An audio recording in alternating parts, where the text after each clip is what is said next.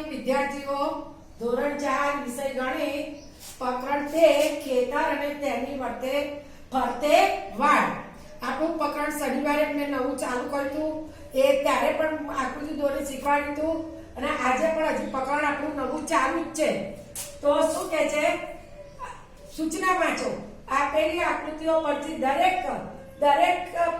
દરેકની પરિમિતિ શોધી તેની સામે આપેલા ચોરસમાં જવાબ લખો. મેં તમને પહેલા જ કહ્યું છે, પરિમિતિ શબ્દ આવે એટલે સમજી લેવાનું કે સરવાળો જ કરવાનો છે. તો જો તમને આકૃતિ આપી છે એનો આપણે સરવાળો કરવાનો છે.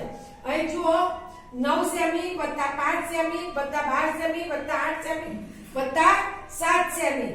તો આપણે આ સરવાળો કરવાનો છે. તો સરવાળો કેટલો થયો છે? 41. 9 ને 7 16, 16 ને 5 21, 21 9 31 અને 31 ને 12 41 સેન્ટીમીટર. આ નાના પહેલા તમને છોકરા કરે ને એવો સરવાળો છે. 9 + 7 એવી રીતે જ કરવાનો છે. હવે એમાં બીજી આકૃતિ જુઓ, એમાં પણ જુઓ 6 સેમી + 8 સેમી + 8 સેમી + 6 સેમી. 2 વખત 8 છે અને 2 વખત 6 છે. તો એનો સરવાળો 6 ને 8 14 અને ફરી 6 ને 8 14 એટલે 14 કેટલા થાય? 28. તો 28 સેમી. ત્રીજી આકૃતિ 3 semi + 4 semi + 3 semi + 4 semi + 3 semi.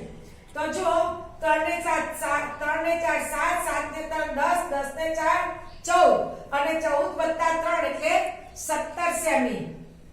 Semi એટલે સેન્ટીમીટર આખું. 7 સેમી. આમાં ચોરસ આકૃતિ છે. હંમેશા ચોરસ આકૃતિમાં ચારે બાજુનું માપ સરખું જ હોય અને આ લંબચોરસ છે એટલે લંબચોરસમાં સામેની બાજુનું માપ સરખું હોય. જો અહીંયા 6 ને સામે 6, અહીંયા 8 ને અહીંયા 8 એટલે લંબચોરસમાં સામેની બાજુનું માપ સરખું હોય અને ચોરસમાં ચારે બાજુનું માપ સરખું હોય એટલે સમજી લો કે ચોરસ આકૃતિ છે. તો 7 + 7 + 7 + 7. તો 7 એકાનું ગણો 4 સુધી બોલીએ તોય આવડી જાય. 7 × 7 14, 7 × 21 7 × 28. એટલે ઘડી આવડતા હોય તો સરવાળો પણ ઝડપથી થઈ શકે છે. તો આ આકૃતિ તમારે નોટમાં દોરવાની છે, સમજવાની છે અને દોરીને લખવાની છે. Thank you.